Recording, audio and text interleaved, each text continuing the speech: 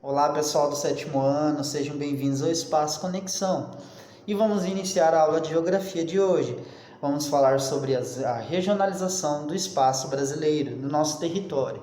E com isso, pessoal, finalizamos a questão dos nossos fusos horários.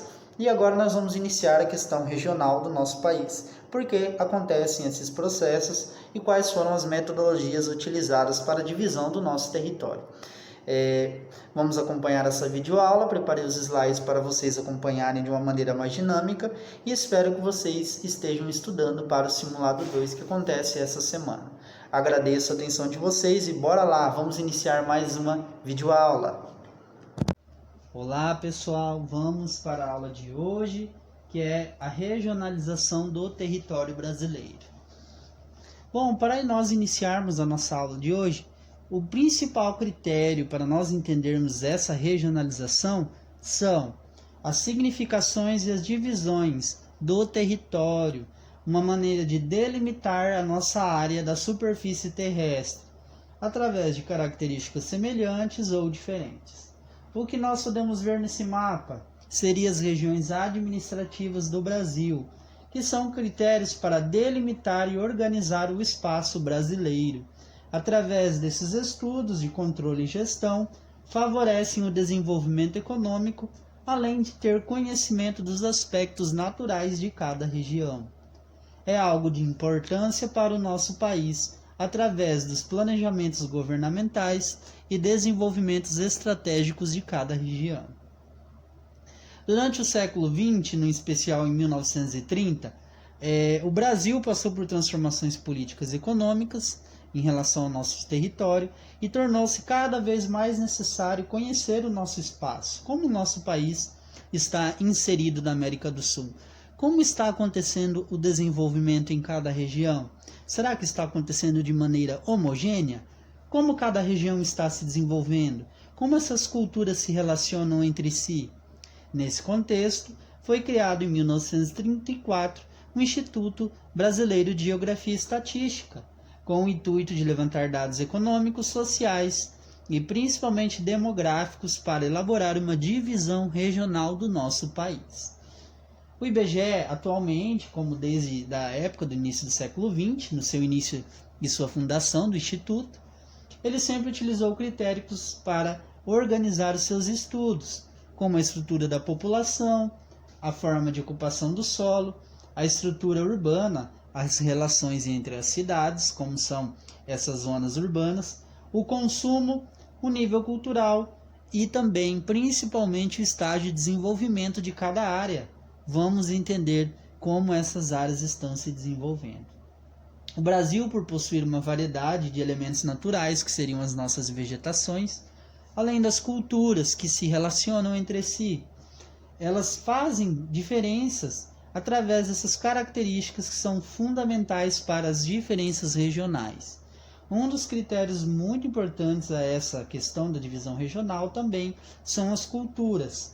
Nós podemos identificar através dessas regiões, principalmente as culturas brasileiras. Como esses povos estão se relacionando? Quais são as suas identidades? Nesse mapa nós já conseguimos identificar muita coisa.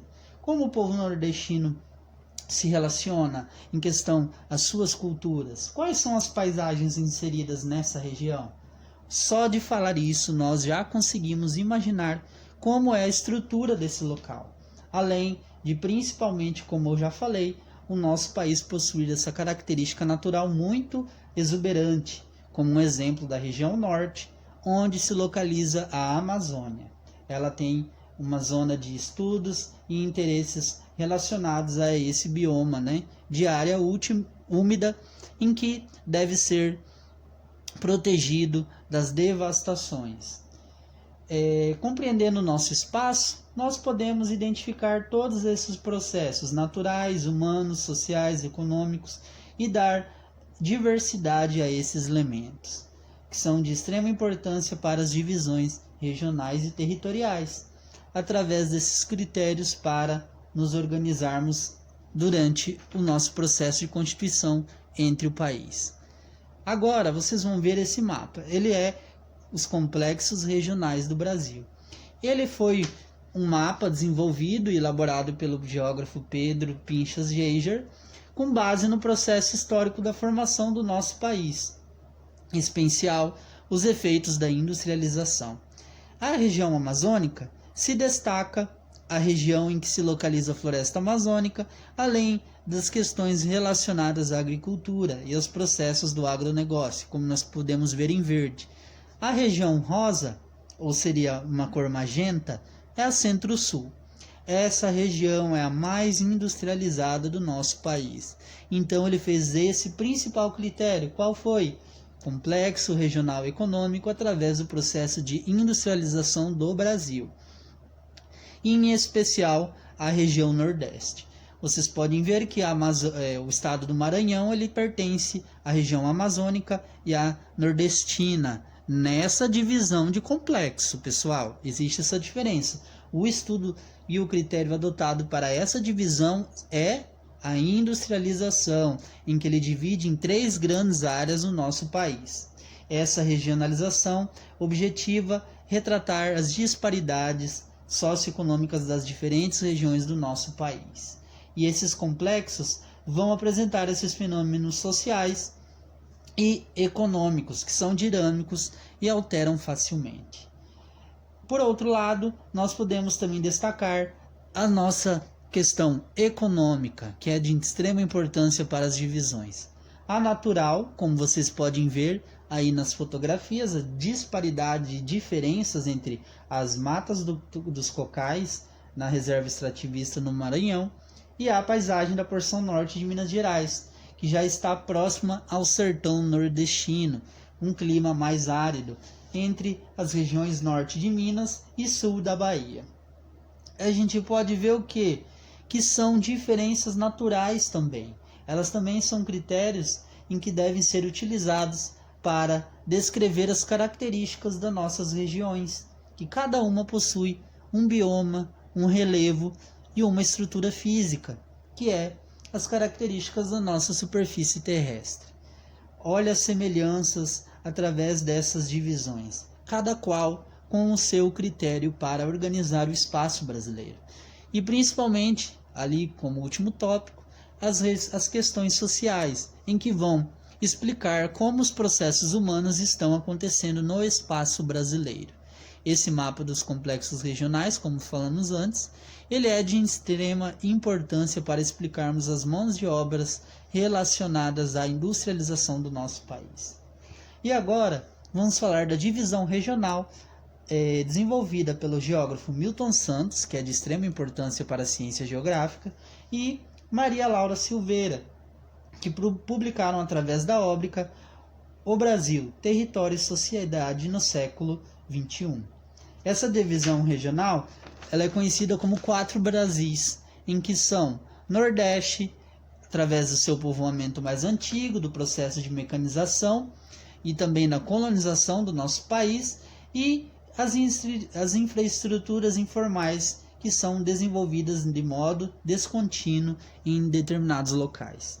A região concentrada, que seria essa região onde se concentra a maior densidade das relações econômicas e principalmente dos fluxos de capitais, e também através das mercadorias e da industrialização do nosso país, que seria a cidade de São Paulo e as funções globais em referência ao nosso território nacional. Ela tem uma grande importância para o nosso país. A região centro-oeste, que é uma região considerada uma área de ocupação periférica em relação às disparidades do território, pouco povoada essa região, e também relacionado ao agronegócio. Por ser uma região de alto consumo de agrotóxico e através dessa mecanização agrícola, a região centro-oeste ele abrangeu até o Tocantins, que pertence ao norte, nas outras divisões. Olha os critérios dessa divisão, através dos 4 Brasis, principalmente destacando a região concentrada. A Amazônia, caracterizada pelas baixas densidades demográficas e a relação técnica com o sistema em que apresenta as questões do monitoramento da região em relação à grande floresta equatorial que é a Amazônia. Então ele destaca nessa Amazônia relacionado à estrutura da floresta. E o destaque deste mapa é a região concentrada, que através desses aspectos históricos e principalmente econômicos, através da industrialização dessa região sul e sudeste. Olha a importância em que esses povos das outras regiões vão para essa localidade em busca de trabalho.